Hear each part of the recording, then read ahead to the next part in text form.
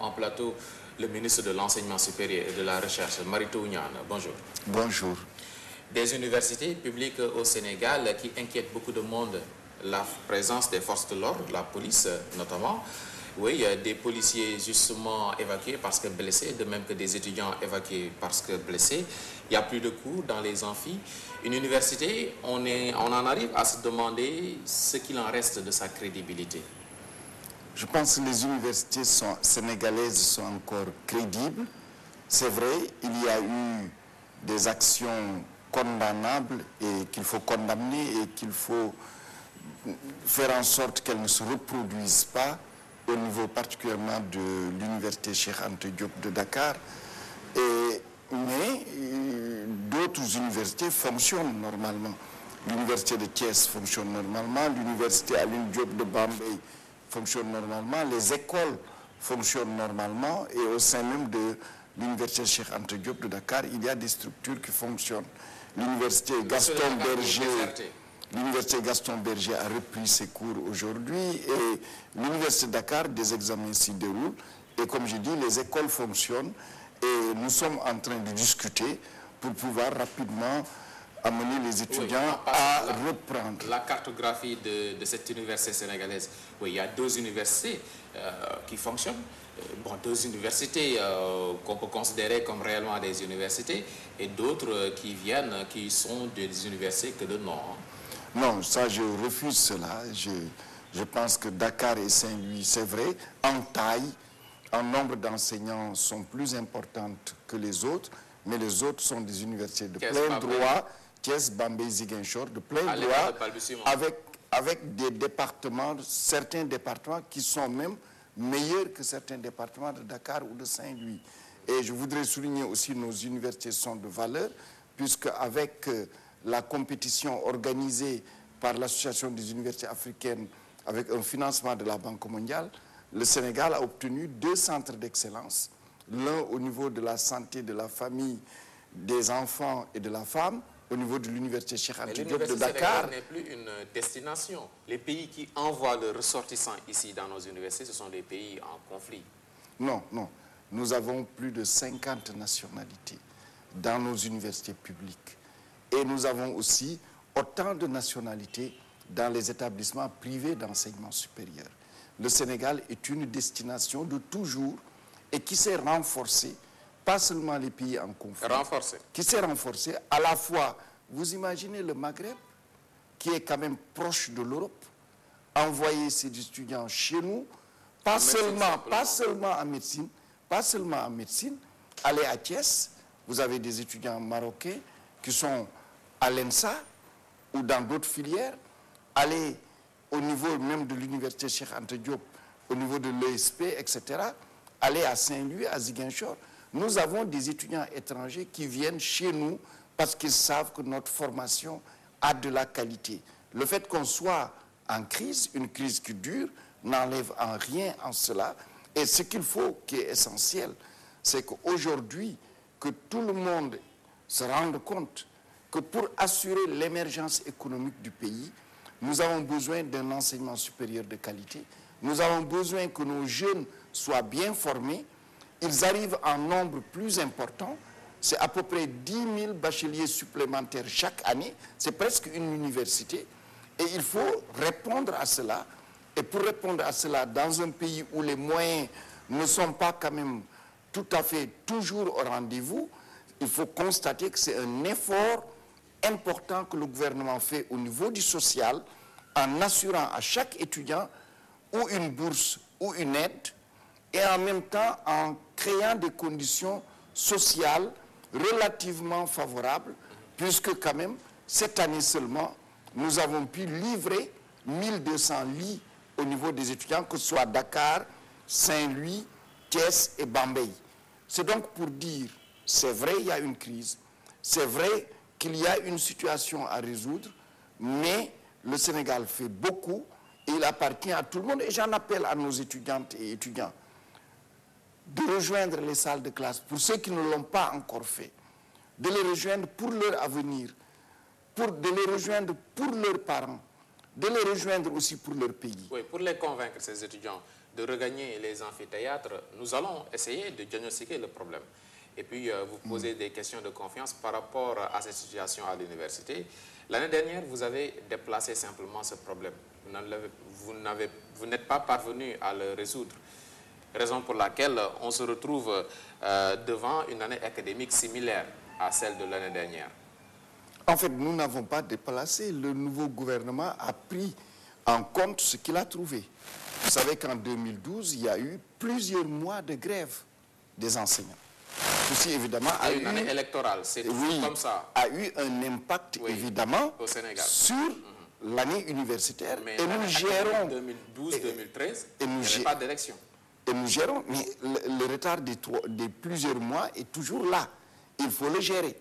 Il faut le gérer aussi avec l'arrivée massive de bacheliers.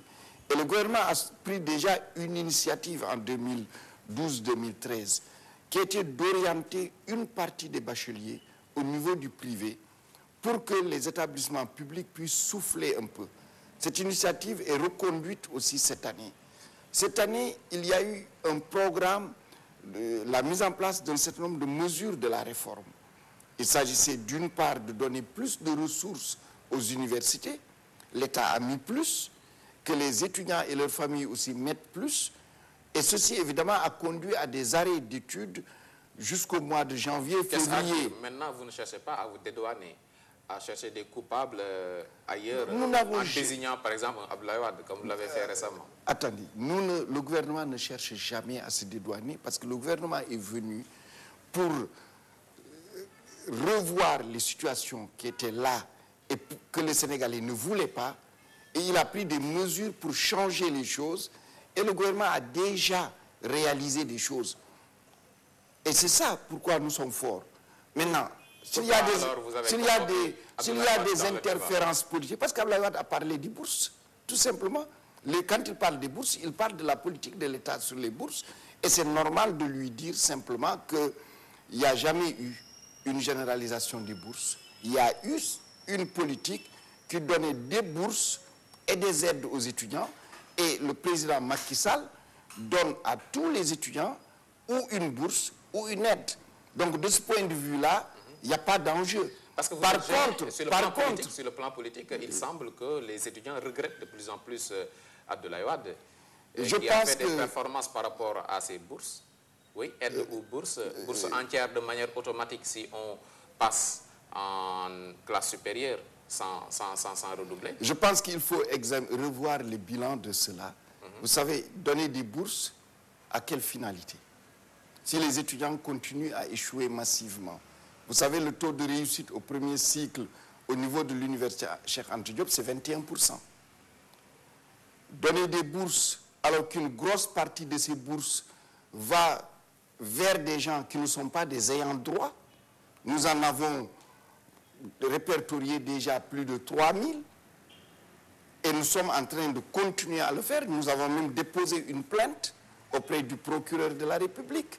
Et je pense que dans les jours à venir, nous aurons sans doute un tableau. Vous ne parlez pas des bourses sociales qui ont toujours existé? Nous parlons des bourses, de la politique des bourses de l'État, et que ces bourses sont payées à des gens qui ne sont pas des ayants droit. Ce n'est pas 10, 20 personnes, c'est des milliers de personnes. Et évidemment, ça mobilise des milliards. Ce ne sont pas des étudiants. Si c'était des étudiants, on n'aurait pas eu de problème. Et donc, une politique doit être une politique rationnelle, une politique aussi de promotion de la réussite. Quand on donne des bourses à des étudiants, c'est pour qu'ils réussissent, pour qu'ils se consacrent. Mais la politique est simple, c'est celle d'une part, nous l'avons dit, tout étudiant qui arrive en première année, où il a une bourse, ou s'il le souhaite, il a une aide. Deuxième chose, la bourse, elle est gardée parce qu'on réussit. Et c'est dans ce sens-là que nous avons retenu, en accord avec les étudiants, que désormais, chaque étudiant a le droit de redoubler une seule fois au premier cycle, ou au deuxième, ou au doctorat. Et s'il redouble une seule fois, il garde sa bourse.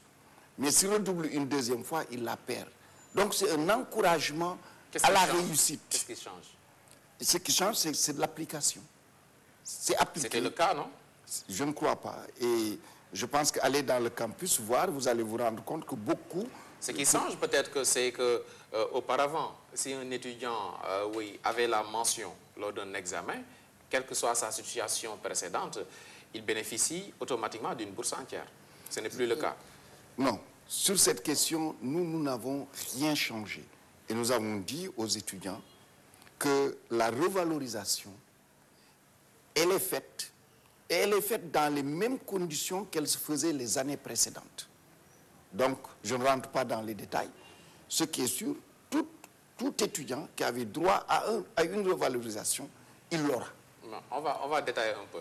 Par exemple, un étudiant qui débarque à l'université.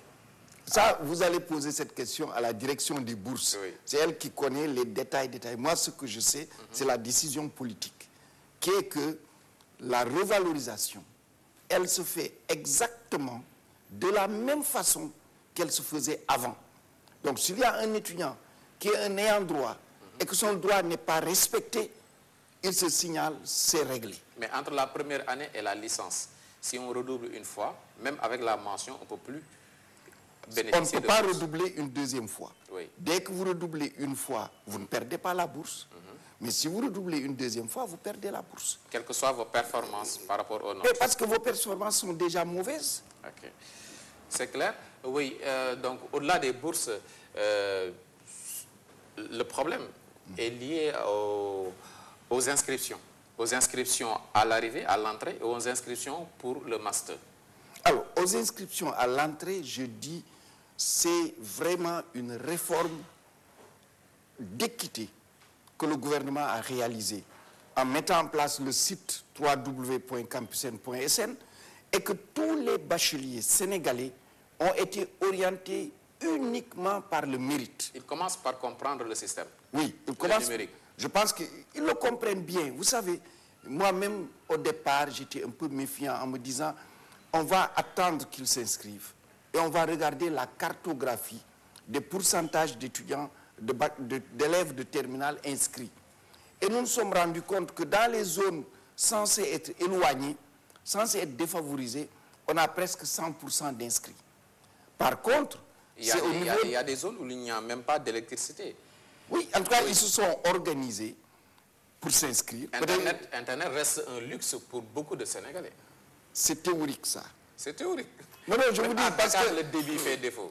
Oh, je pense quand même qu'on est beaucoup mieux favorisé que beaucoup de pays qui sont autour de nous. Par rapport à Internet? Par rapport même le débit que nous avons dans nos maisons, avec la DSL. Il y a des pays qui n'ont pas, dans des universités que j'ai visitées, le débit que nous avons ADSL dans nos maisons. Donc ils sont loin derrière ces pays. Hein? Non, c'est des pays pourtant qu'on cite assez régulièrement, je ne veux pas les citer. Mais je veux dire, c'est des jeunes. Les élèves de terminale, ce sont des jeunes. L'essentiel, beaucoup sont sur Facebook, beaucoup sont sur Twitter. Ils utilisent mieux que nous autres ces instruments. Et utilisé à bon escient. Et utilisé à bon escient. Et on a eu un gros taux d'inscription. Et d'ailleurs, ce n'est que dans les zones... Les non-inscrits jusqu'ici, les bacheliers non-inscrits. Ça, c'est des bacheliers à qui on a proposé une orientation dans la première liste.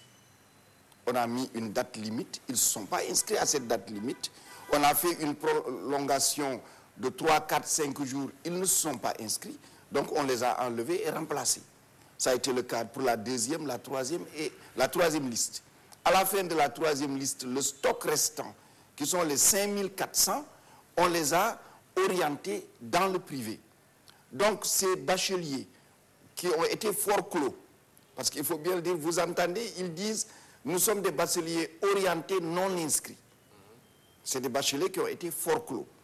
Et ensuite, il y en a certains, quelques-uns quand même, une cinquantaine, qui ne s'étaient pas inscrits sur Campusn. Ils ont exprimé le choix et leur gouvernement leur donne cette possibilité, cette semaine, de s'inscrire, d'aller à la Direction générale de l'enseignement supérieur avec le relevé de notes du bac et une demande d'orientation jusqu'à samedi. Et ensuite, ils seront orientés. Nous sommes en train de communiquer sur l'agenda de la rentrée pour l'année prochaine, aussi bien au niveau des inscriptions, des Vous préinscriptions. pensez déjà à l'année prochaine? Absolument. Il faut d'abord sauver cette année-ci. Nous y sommes, mais nous, les choses, nous les faisons en parallèle. L'année prochaine, c'est maintenant. Vous savez, les autres années, nous étions en train de faire le point, l'état des lieux. Et que de cette année? Cette année va être sauvée. Elle va être sauvée. Les diplômes seront crédibles? Les diplômes seront crédibles parce que les Au mois de enseignants... juin, il y en a qui n'ont pas encore démarré les cours. Ah si, ils ont démarré.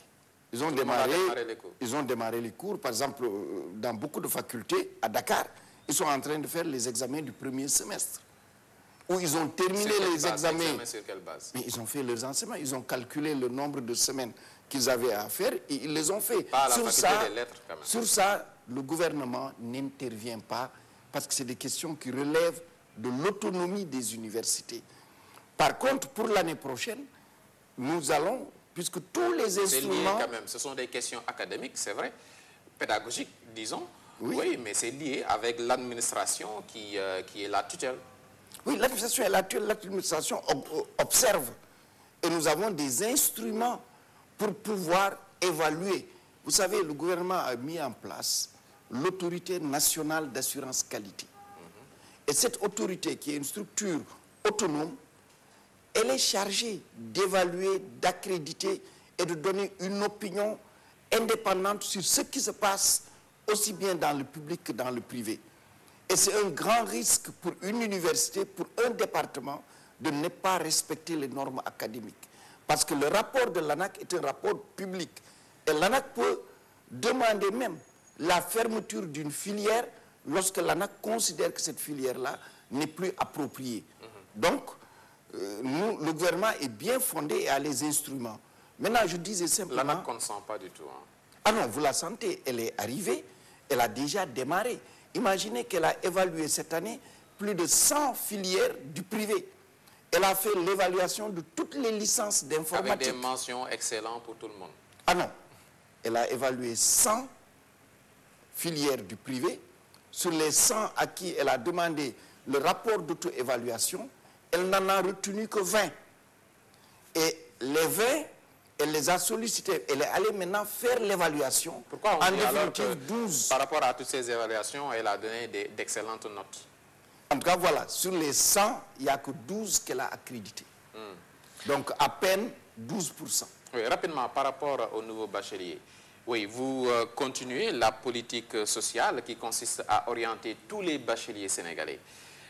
Par rapport à ces réformes, on s'attendait à ce que vous dites à ces Sénégalais que l'université, voilà, c'est l'excellence. Tous les bacheliers ne peuvent pas accéder à l'université. Il y a un tri, une sélection. Vous savez, si le gouvernement prend une mesure d'un côté, on dit vous êtes trop sévère. Quand il le prend de l'autre, on dit que vous êtes laxiste. C'est un peu la chanson de Youssou N'Dour. Mais en fait, le gouvernement a fait un choix. Ces jeunes qui ont réussi au bac, il faut leur donner la chance de poursuivre leurs études. Et c'est dans ce sens que le gouvernement a aussi tiré profit de l'éventail actuel de notre système d'enseignement supérieur, où il y a le public, il y a le privé, et en même temps, les institutions en devenir. Vous savez, cette année, il y a eu, ce qui est nouveau, c'est l'arrivée de l'université virtuelle du Sénégal. C'est aussi... Qui n'est pas accepté par les étudiants. Qui va être accepté, parce que tout ce qui est nouveau pose problème, mais je suis convaincu, ces étudiants étant des jeunes de ce siècle, de cette époque, l'éthique font partie de leur vie, je dirais même de leur quotidien. Ils vont sans doute l'aimer de telle sorte que certains vont regretter d'aller dans des universités physiques. À cela, il faut ajouter la création des ISEP, Instituts supérieurs d'enseignement professionnel, dont le premier a démarré l'année dernière à Thiès, qui offre une alternative, qui est qu'au lieu d'aller faire des études longues, ces jeunes, on leur offre dans les ISEP la possibilité de faire et des études courtes, Bac+2, et aussi des études très professionnelles. À l'image des IUT en France. À l'image des IUT, mais plus professionnelles encore, parce que ce qu'a l'ISEP, que ne fait pas de manière générale l'UT, c'est l'alternance entreprise-études. Donc le jeune, par exemple, qui est dans les métiers du rail, il passe une partie de ses études dans les salles de classe et l'autre partie, il va au niveau des chemins de fer se perfectionner. Pour régler l'adéquation emploi-études. Exactement, pour le régler. Mais ça, on est en train de monter en puissance. Cette année, il y a cet ISEP. Nous avons démarré la construction de l'ISEP de Matam. L'appel d'offres a déjà été lancé. Nous allons démarrer aussi la construction de l'ISEP de Dakar autour des TIC et des métiers de l'automobile. C'est sur un financement de la COICA, c'est les Coréens. Nous allons aussi mettre en place des universités à orientation professionnelle. Oui, ça c'est le futur. Maintenant, oui. Par rapport au présent, oui, vous nous dites que quand l'étudiant a plus de 30 ans, il n'a plus droit à une bourse, ni à une chambre. Quand l'étudiant a plus de 30 ans, il ne peut pas être orienté en master. Moi, ce que nous disons, l'étudiant qui a plus de 30 ans n'a pas droit à une bourse. C'est tout. C'est tout. C'est la seule chose que nous disons. Le reste, s'il a à 30 ans le bac, il demande une orientation, il est orienté. À lui de prendre en charge ses études. Le master, ce n'est pas le ministère qui s'occupe du master. Le ministère, c'est le département, c'est la faculté, c'est l'UFR qui s'occupe du master et qui, en rapport avec leur capacité pédagogique, décide du nombre qu'ils prennent. Mais tout ce que nous pouvons faire, nous... tous, vous avez quand même votre mot à dire par rapport... Tout ce que nous pouvons dire, nous, en tant que ministère, c'est de dire aux départements, aux facultés, aux UFR, prenez en considération que nous sommes au début du LMD et essayez d'accompagner ces jeunes pour que la sélection ne soit pas trop sévère. Parce que la sélection aura toujours lieu. Le master pour tous n'existe pas. C'est une illusion.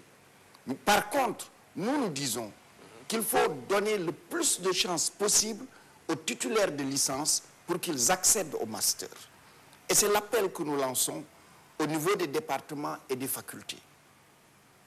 Oui, mais aller jusqu'au bout dans ces réformes, c'est aussi évaluer les professeurs.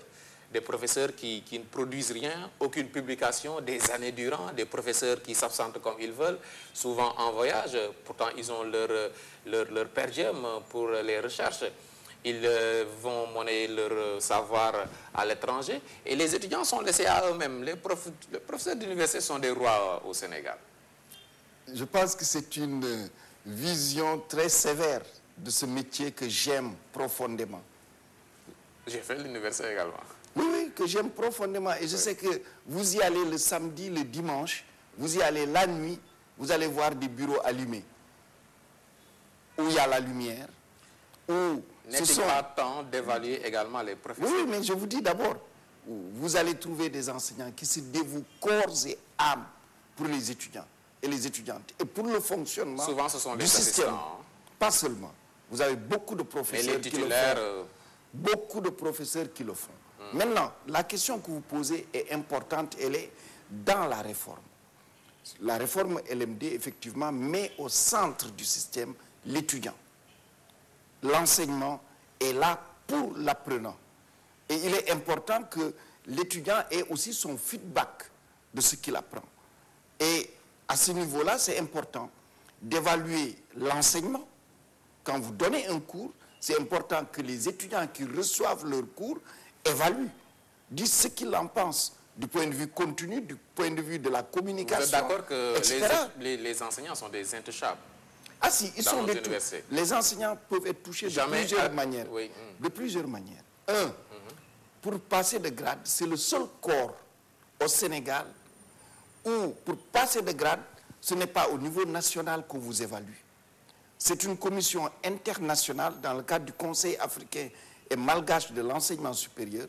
Ce sont vos pairs de niveau plus élevé qui vous évaluent et qui voient est-ce que vous avez les compétences et les publications et les capacités pédagogiques pour arriver à ce grade. Et ça, il n'y a que ce corps-là qui a ça. Deuxième chose aussi importante, quand un enseignant commet une faute, il y a une commission de discipline qui est chargée aussi de l'entendre et de prendre des sanctions à son égard. Donc, ce n'est pas un corps qui est au-dessus de la loi, c'est un corps qui est important et indispensable parce que c'est le corps dans lequel on trouve le plus de porteurs et de producteurs de connaissances. Nous voulons aller vers l'émergence économique. Nous avons besoin des enseignants-chercheurs, nous avons besoin des chercheurs et nous avons besoin des enseignants. Okay. Ce qu'il nous faut, c'est rétablir l'ordre normal de fonctionnement de nos institutions. Et dans ce cadre, l'école est une institution à laquelle aussi il faut redonner un fonctionnement normal. Un fonctionnement normal. Une pause avant la suite.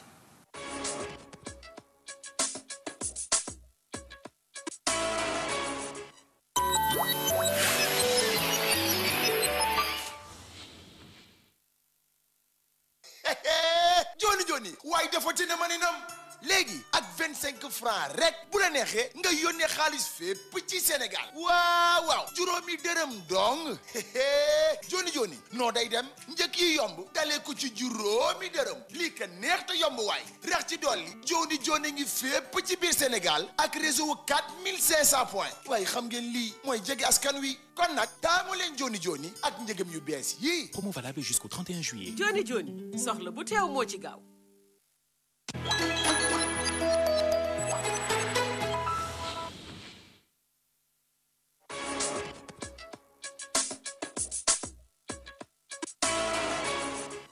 Retour sur ce plateau de toute la vérité avec Mary Teuw Niane, le ministre de l'Enseignement supérieur et de la Recherche au Sénégal. On en était aux enseignants, oui, qui font partie des acteurs de cette université sénégalaise. Les enseignants, oui, vous nous dites qu'il y a des moyens de les évaluer sur le plan international avec leurs pairs, c'est normal. Mais au sein même des universités, ces enseignants, on a l'impression qu'ils ont le pouvoir de faire ce qu'ils veulent par rapport à ces étudiants. Non, je pense que c'est des choses qui, petit à petit, sont en train de changer. Parce que, comme je l'ai dit, la réforme LMD met l'étudiant au centre et il est impératif qu'il joue son rôle. Et c'est à ce niveau-là qu'au niveau de la pédagogie, à la fois les enseignants sont en train d'être formés à la pédagogie universitaire. Vous savez qu'auparavant, on vous recrute comme enseignant, vous venez à l'université et vous vous jetez tout de suite dans la salle de classe. Ce qui n'est pas le cas au niveau du secondaire ou du moyen ou de l'école primaire.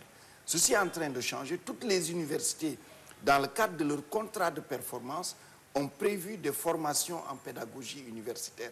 Ceci va beaucoup améliorer le rapport entre les enseignants et les étudiants dans leur pratique pédagogique, mais aussi dans leur manière d'évaluer. Parce que aussi l'évaluation n'est pas quelque chose de naturel, un don. Les enseignants font partie du problème aujourd'hui, vous le reconnaissez? Tout est problème. Oui. Et tout fait partie du problème, pas seulement eux. Oui, pas seulement eux. Vous également, des étudiants, vous considérez comme faisant partie du problème. Au lieu d'être la solution, vous, le ministre de l'Enseignement supérieur, vous faites partie du problème de l'université aujourd'hui. Parce que je réforme, parce que nous nous sommes réunis de manière participative et sur instruction du président de la République, la concertation nationale sur l'avenir de l'enseignement supérieur s'est déroulée. Tout le monde y a participé, des syndicats, aux enseignants, aux étudiants, aux entreprises, aux Sénégalais de la diaspora, à notre représentation parlementaire. Ça vous fait quoi de voir ces étudiants à l'antenne réclamer votre départ? Je trouve, si j'étais simplement enseignant dans ma classe, ils ne l'auraient pas dit. C'est parce que je suis à une position de décision. Et quand vous êtes dans une position de décision, vous êtes amené à prendre des décisions qui ne plaisent pas, mais vous les prenez parce que c'est l'avenir de votre pays qui est en jeu. Est-ce que vous avez le soutien de votre gouvernement? Je pense que le dernier Conseil des ministres s'est exprimé clairement et ce soutien, évidemment, est indispensable. Et nous sommes dans une période de réforme et tout pays qui prend le courage de réformer son système, c'est naturel qu'il y ait des secousses, qu'il y ait des remous, parce que vous réformez, vous touchez à des situations établies, vous changez des habitudes, vous touchez aussi à des certitudes et vous faites bouger tout cela. Ça crée une situation où les gens sont désorientés. Et pour peu que de la désinformation ou de la rumeur s'y glisse, comme récemment j'ai entendu, que le gouvernement allait supprimer toutes les bourses et les ramener à des demi-bourses de 18 000 francs, vous savez, ce qui est totalement faux. Mais vous reconnaissez aujourd'hui qu'il y a lieu de faire quelque chose par rapport à cette faculté des lettres?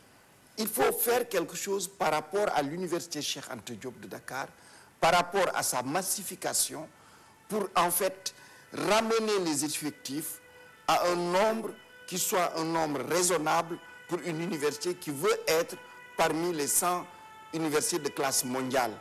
Pour ce faire, un projet déjà est en place de la deuxième université de Dakar, avec 30 000 étudiants.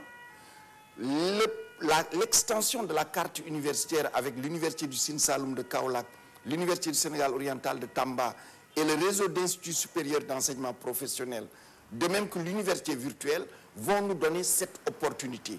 En ajoutant à cela une délocalisation d'une ou deux facultés, je crois que l'UCAD aura à ce moment-là cette force d'abord d'avoir un bon taux d'encadrement, parce que si vous avez 80 000 étudiants avec 1300 et quelques enseignants, ce n'est pas la même chose que quand vous avez 50 000 étudiants pour 1500 enseignants. Donc ça va aider à améliorer le taux d'encadrement, à améliorer l'efficacité interne, c'est-à-dire au lieu de 21% d'admis au niveau du premier cycle, de la première à la deuxième année, d'arriver comme Thiès, Bambey, Ziguinchor et Saint-Louis à 60, 70 ou 80% d'admis. C'est ça qui va régler le problème de Dakar. Et le gouvernement est en train de réaliser cela.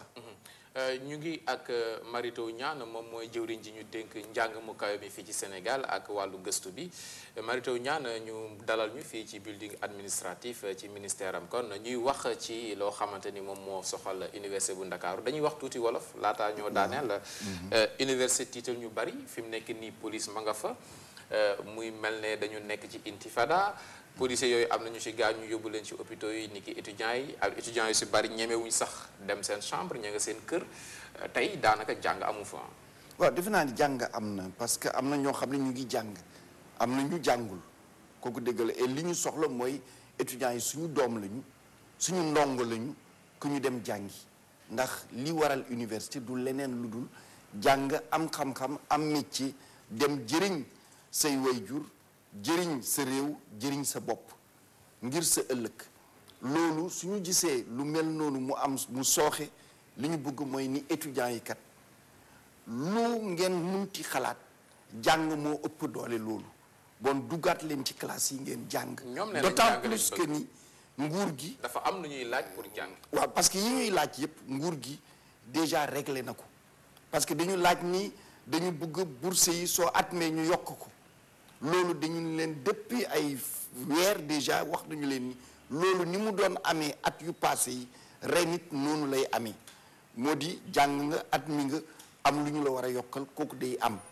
ñaareel bi it amoon na loo xam ni ñoom ñu ngi ko doon wax seen biir ñuy wax ni nguur gi kat dafa bëgg wàññi bourse yi dafa bëgg sax xaaj bourse yi loolu amul ndax ren bachelier yu bees yi ku ci amul bourse danañu ko jox aide su ko laajee loolu moo doon am loolu dara soppeeku ci. kañ lañ ciy jot moo soppeeku. ñi am bourse yi déjà jot nañu ci aide yi su at bi su bu muy jeex lañu ko doon fay bi yoon dañu yónnee formulaire ku bëgg remplir dès le mois de juin ñi remplir danañu fayu seen aide xam nga loolu yëpp ngir yombal mbir mi étudiants yi la dégg la nag ci bourse yi am na luubal yu bare yu ci am.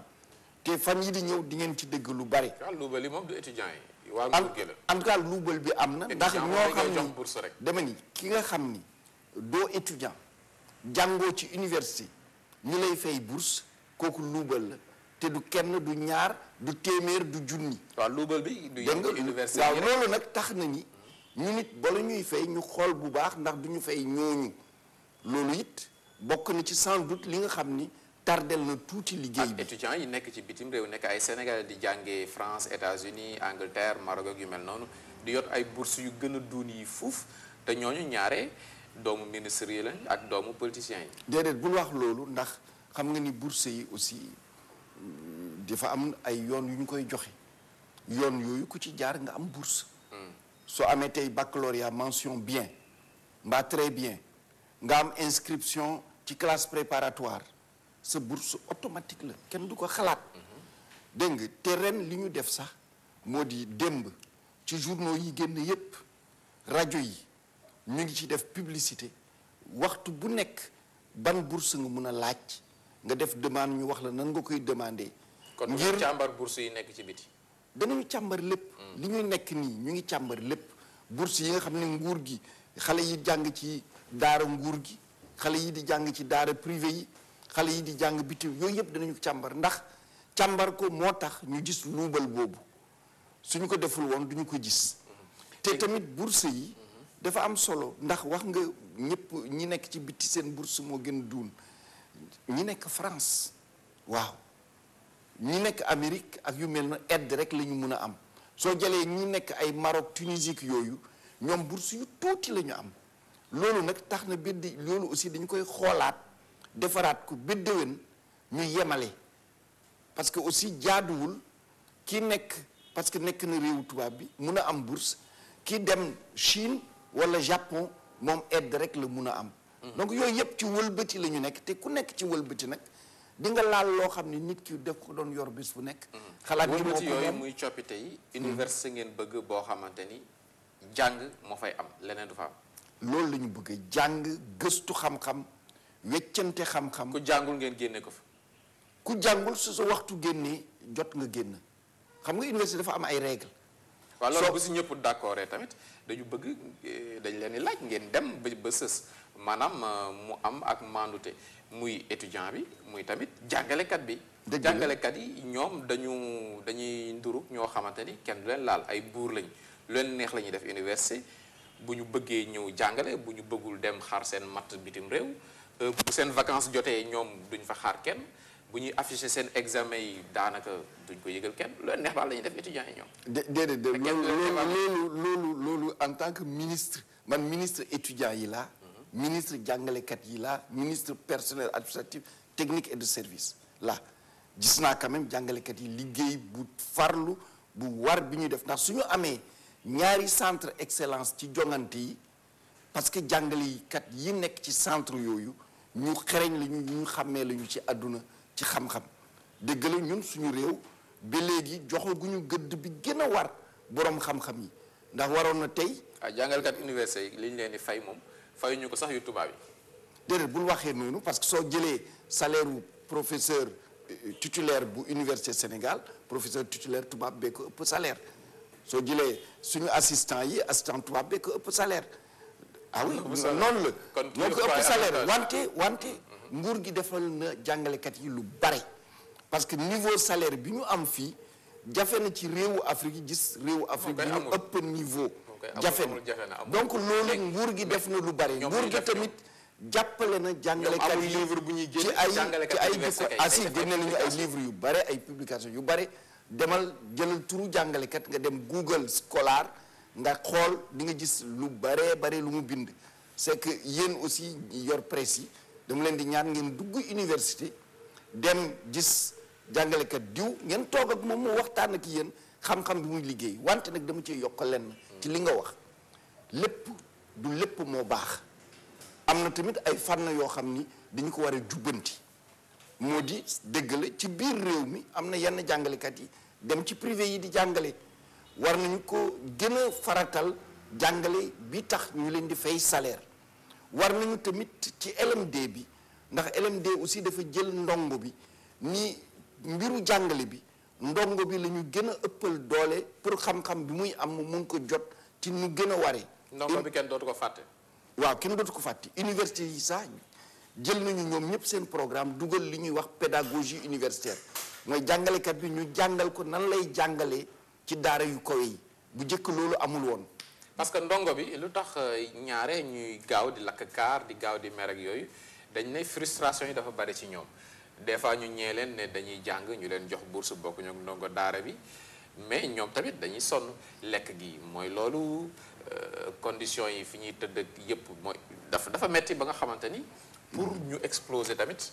waaw yooyu am na yoo xam ni mën nañu ko jëlee noonu mais am na yoo xam ne aussi soo ko xoolee di nga gis ni réew mi mooy demee noonu ndax Sénégalais lu ci ëpp moom du seet li muy defal réewam lu bare da koy xaar ci nguur gi muy ci liggéeykat yi mu ngeen seet ci béykat yi mu ngeen seet même ci mbënd mi su amee ku nekk day wax nguur gi lu mu ma defal loolu la ñu war a soppi ci suñu bopp yi suñu ko soppee mun na am lu bare dana soppeeku leneen li tamit dëgg la soo nekkee lu mot juróom ñett fukki junni ay ndong ci benn béréb bu tuuti lu ndaw mun na indi fitna loolu tax ñu suñu programme muy programme bi président tëral ci taxawal université yu bees loolu dana wàññi limu ndongo yi ci biir université Dakar leneen li tamit moo di nguur gi defaral na étudiants yi lu bare parce que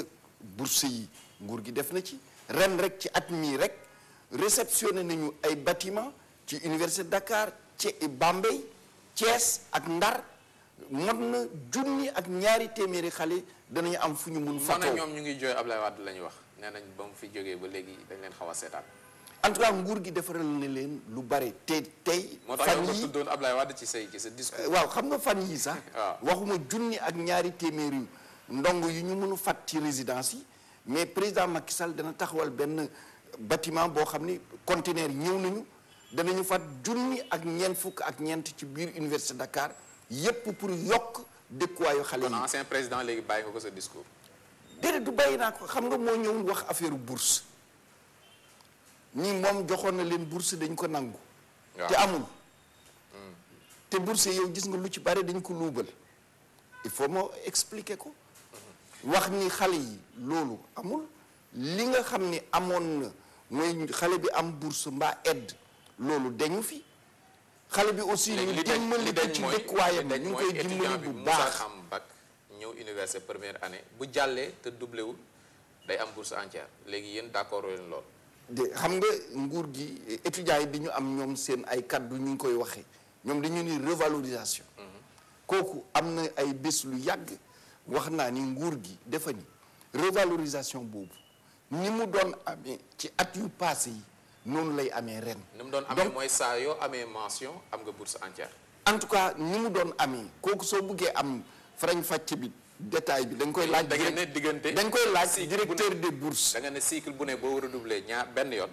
ñaareel bi yoon ak loo mënti ci am mënatoo am bourse. waaw kooku ñu nag étudiants yi sax dañu si d'accord xaatim ko ndax dafa am lu jaadu soo waree def fenn ñetti at ñu jox la bourse nga laaj benn yoon ñu baal la. soo laajee ñaari yoon ñu nangu bourse bi ku am fanweeri at tamit mëntu loolu tamit dañu ko nangu ko étudiants yi ku am fanweeri at su la neexee nga jàng kooku nguur gi sax da cay kontaan mais sooy jàng yow yaay yoreel sa bopp bourse mënu ko am déedéet tudd ñu nekk ñun bourse la ñu wax bourse la ñu wax dootoo amati bourse même xale bi su amee fanweeri dama ni xale bi même su amee fanweeri at am baccalauréat demandé nañu ko orienté danañu ko orienté mais na moom na wutal boppam rapidement souvent ñi ngeen di jox lekk geeg yooyu marché boobu tamit duñu ñu bari dañ koy ñaawlu da ngeen di jël benn promoteur rek jox ko moo yore restaurant tel wala restaurant tel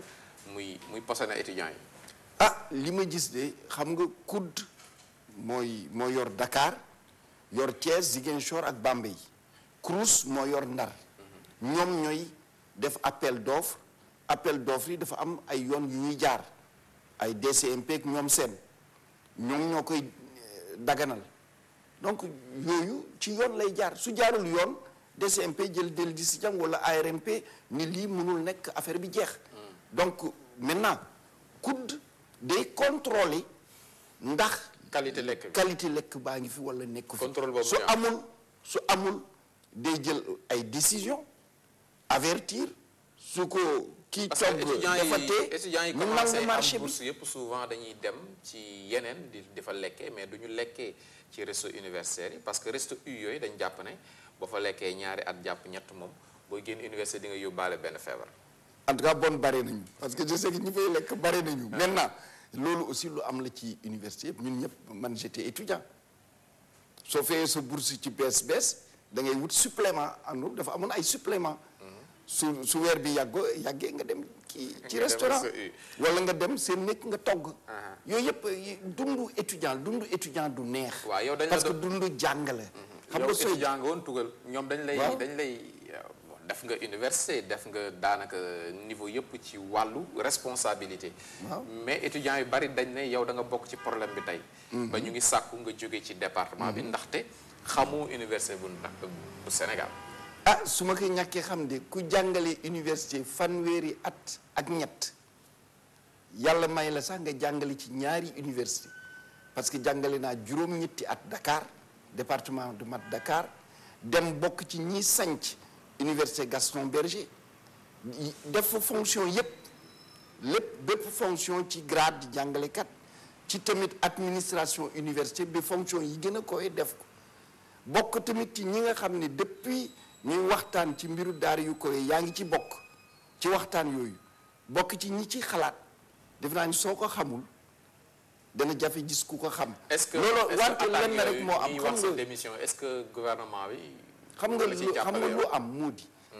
suñu daara yi ñëpp xam nañu dafa sooxe. il faut ñu soppi ko soo koy soppi nag nit ñi aada yi ñu am ak yu mel noonu il faut ñu bàyyi ko loolu nag ki nga xam ne moom moo ko mandargal mooy ministre enseignement supérieur moom moo war a jël décision yi ngir coppite yooyu. mun na bañ neex ay nit est-ce que gouvernement mu ngi la si gunge yow. gouvernement bi yàggul félicité na ma ci liggéey bi may def ndax liggéey bi du liggéeyu président Macky Sall du liggéeyu premier ministre Aminata Touré du liggéeyu ministre enseignement supérieur liggéeyu réew mi la. tey su suñu daara yu koy nekkaatee ni ñu waroon nekk su suñu ndongo yi delloo ci nga xam ni jàng université nekk espace boo xam ni jàng rek moo fa am ak gëstu mais suñu réew. moom mooy am cadre yi tax tey suñu ne plan Sénégal émergent mu mun a nekk ndax tant que ñu ngi wax plan Sénégal émergent te amuñu cadre yi nga xam ne ñoo koy liggéey day nekk rek loo xam ne bëgg-bëgg la li koy sotti loolu tax président def xelam lu bu baax a baax ci daara yu kawe yi ndax mooy jox jumtukaayu xam-xam mooy jox jumtukaayu innovation mooy jox tamit nit ñi nga xam ni am nañu xel am nañu mën-mën ngir jëf plan Sénégal émergent mais dafa fekk ne wóoluwuñu suñu université yi ndaxte bu dee science boobu ñuy bàkkoo ne scientifique gu Sénégal yi moom mënuñu defar dara ak seeni loxo su sax mënuñu ko defar ay littéraire lañ rek littéraire yi tamit mu ngi noonu fac lettre ñu bari nee nañ moom mooy góomu université kon déedéet xam nga soo waxee noonu ci lu mel ni ci émission wax ko taarix bi day gudd trop université yi def nañu fi lu dul jeex ak enseignants chercheurs yi borom xam fac science defar nañu lu bare mais suñu président lan la du ingénieur la mine ak géologie Sénégal amul ay mine yu bare tey du ñu ngi tàmbali di exploiter suñu mine ak tubaab yi waaw duñu koy boole tubaab parce que tubaab yee am alal bu xas mine alal bu takku la laaj su suñu patron entreprise sénégalais yi amoon alal boobu wala nangu ko investir da ngeen leen di gis def naa sax am na ci ñenn ñu ci bokk wante société cadre yi fa nekk li ci ëpp ay cadre sénégalais la fan la ñu jógee faculté des sciences et techniques suñu amee centre d'excellence yooyu ci lan la ñu ko am ñu ngi ko am ci santé famille ñu ngi ay médecins par exemple boo ne woon Sibiru sax ñu ne la université bu Ndakaaru def na bii jéego ci xeex Sibiru wala dara wala bii vaccin xam nga ñu ngi wax xeex Sibiru du rek trouver vaccin trouver nan la ñuy fajee trouver lii aar Sibiru trouver nañu ko ba tey xam nga Sibiru tey seetlu nga leen am na fukki at Sibiru de doon rey léegi li gën a jafe gis ku Sibiru rey loolu avancement bu mag la suñu scientifique yi ñoo ko def sida bi ñuy wax soo seetee Sénégal réew yi ko wër yépp nga dugg Afrique ñun ñoo ci réew mi nga xam ne moo gën tuutile soo jëlee lu ma junni nit peut-être juróom-ñaar nga ciy gis ñoo xam ni am nañu sida bi mooy 0,7%. waaw loolu lan moo tax dama lay laaj lan moo tax Sénégal melul na yeneen réew yi parce que dañu fi am boroom xam-xam yu ko teel a gis yu ci liggéey won nit ñi nan lañ koy aaree bi mu bañ leen jot te ñu ci liggéey looloo tax suñu réew génn ci loolu mun naa jël yeneen ak yeneen ci mbay mi ñaata jiw la suñu ingénieurs yi defar te ñu koy jëfandikoo tey. muy yokk ENSA bu ñu jëlee exemple ENSA bu Thiès. waaw ñu ngi koy xaar ci mbay mi engrais yu mel dëgg la noonu. à part étude de projet ay théoriciens ñoo fa génn ñoom sax bañ nañ ba ñu si bari ci ingénieur agronome bu ñu génnee duñ dem ci suuf si. waaw mais loolu feebaru Sénégal la ndax déet feebar la boo xam ne dañ koy war a ci loolu tamit ci projet réforme ci la bokk. xam nga formation fenn rek la ñu nangul Sénégal ne formation baax na mooy militaire muy cadre officier yeeg yooyu ay. déedéet ci lu bare formation baax na wax nga ENSA xam nga suñu Sénégal dafa nekk Sénégal boo xam ne dañu doon former ngir administration. réforme bi commandement territorial ak administration yu mel noonu réforme bi li ko indi mooy former pour këru liggéey yi loolu mooy coppite bi am solo moo tax ñu ni dañu bëgg enseignement supérieur bi nekk levier ngir yokk koom-koom bi ak yu mel noonu. léegi lan ngeen soppi léegi ci dëgg-dëgg loo xam ne xar kanam bi day changer carrément ci njàng mu kawe lan mooy coppi moo di tey soo ne da ngay jàngali lii ñu ne la lan lay jëriñ ki ci génn lan la war a liggéey ndax li mu war a liggéey dugal nañu ko ci moo di suñuy tabax sax li ñuy jàngale dañuy woo ñi nga xam ne ñoo nekk ci këru liggéeykaay yooyu nga xam ni xale bi dafa waroon dem ñu bokk ñi di tabax li ñuy jàngale loolu coppite bu am solo la wax naa la sànq ISEP bu Thiès Institut supérieur d'enseignement professionnel bu Thiès xale bi day dem jàng ay bés ci classe am yi jóge ay bés dem ci këru liggéeyukaay yi di fa liggéey li muy jàng su dee métier di raay dem di fa liggéey métier di raay su dee affaire médiathèque ak yu mel noonu dem peut-être télévision yor caméra di filmer di jàng montage ak yu mel noonu su dee transformation nga xamante ne bu génnee entreprise dina ko soxla. dana ko soxla te dina ko jëfandikoo parce que problème bi ngeen créé woon moom mooy ay école yu bari management fii marketing fii nit ñi di solo di karawaatu di sol seen i zipp di sol seen i costume di dem di jàngi di ñëw di fay ñoom ñëpp bu ñu nekkee 4e année ne am nañ bachelor am nañ maîtrise te mënuñu dara. waaw loolu moom fii la ñu ko fekk malheureusement soppi ko il faut mu am diir mais coppite boobu day am. ndax ki am sax management comme jàng na tuuti soo ko munee joxaat beneen jàng bu ndaw dama ni da nga koy joxaat beneen jàng bu ndaw dana mun dem peut-être ci mbay mi créer toolam créer liggéey dana mun dem ci tourisme mbaa dem ci napp bi mbaa ci càmm gi ak yu mel noonu nit ki su xesee jàng dara rek mun nga fa jëfandikoo loolu mu nekk lal nga tabax ci leneen. ngir jeexal tey ban université la ñuy jàng Ndar ñoo ngi jàng. Ndar tàmbali nañu jàng. tuuti. tàmbali nañu seen coordination reprendre te maa ngi leen di gërëm di leen sant. Ndakaaru moom. Ndakaaru am na ñuy jàng am na ñu jàngul. déjà Thiès ñu ngi jàng Bambey ñu ngi jàng Ziguinchor jànguñu loolu it ñu ngi ci pour que ñu reprendre Ndakaaru it ñu ngi ci loolu tax ma ni ndongo yi étudiantes yi étudiants yi. nañu gëm seen daara yi gëm tamit ni jàng yombul tolof mun na am wante nañu jàngi ndax loolu mooy seen jëriñ ëllëg. diplôme ren yi mën nañ leen wóolu. diplôme ren yi de il faut ñu wóolu ko.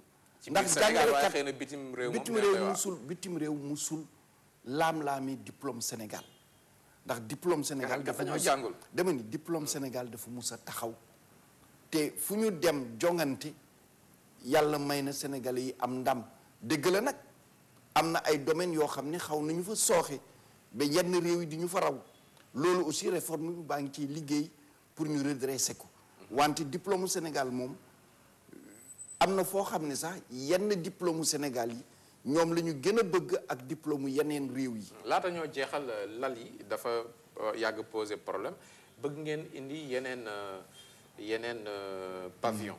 fii ci Ndakaaru. waaw stade bi ngeen bëgg a jël. tabax déedéet loolu tamit dafa bokk ci li tubaab di wax rumeur yu am pavillon yooyu bu ñu koy xalaat président moom ci boppam moo jël décision ci alal boo xam ni réew mi dafa ko jotoon mu ne lii dama ko jagleel étudiants yi muy 4 milliards ci loolu ñu war a tabax ñetti pavillon yoo xam ni dana mun fat 1,4 xale jamono jooju kenn tojul woon bâtiment yi ñu toj am na espace boo xam ne dafa wër stade bi espace boobu ñu jël ko nit ñu tabax ko foofu entreprise def étude am géotechnique ak yooyu yëpp parce que ay préfabriqué la yoo xam ne dañu koy tabax c'est rapide en 3 mois ñu jot ko te moo gën a dëgër sax yenn tabax yi ñuy def stade bi kenn laalu ko jërëjëf monsieur le ministre jërëjëf ci teewlu bi à dimanche pour un autre numéro de Toute la Vérité.